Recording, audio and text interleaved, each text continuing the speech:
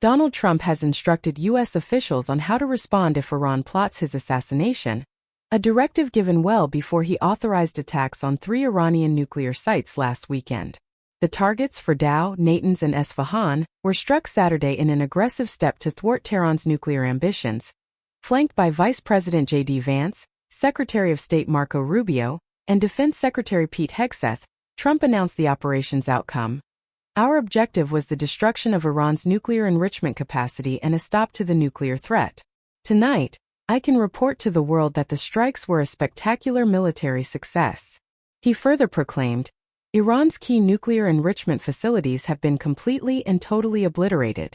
If peace does not come quickly, we will go after those other targets with precision, speed, and skill.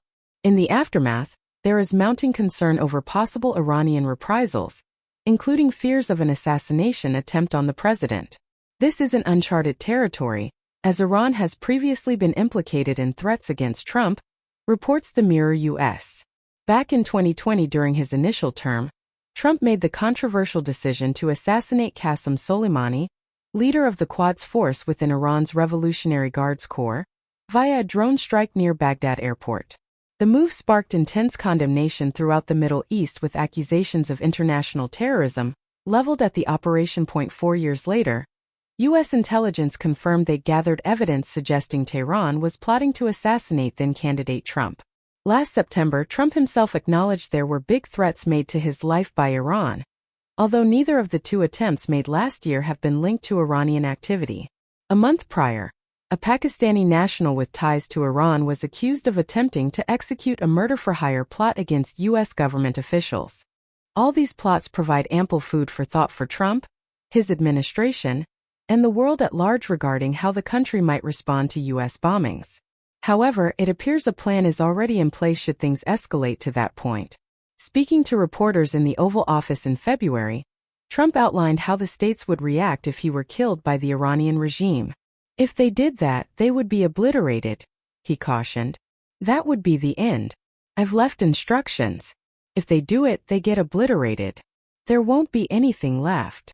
Israel's Prime Minister Benjamin Netanyahu has leveraged the assassination plot to stoke fears that Trump is Iran's primary target, telling Fox News last week, he killed Qasem Soleimani.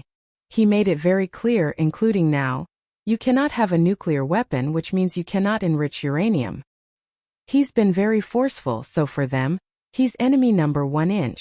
Trump asserted that he had ordered his advisors to prepare a devastating strike on Iran should they succeed in assassinating him, while concurrently signing an executive order mandating his cabinet to exert maximum pressure on Tehran via sanctions or investigations into proxy groups with U.S. ties.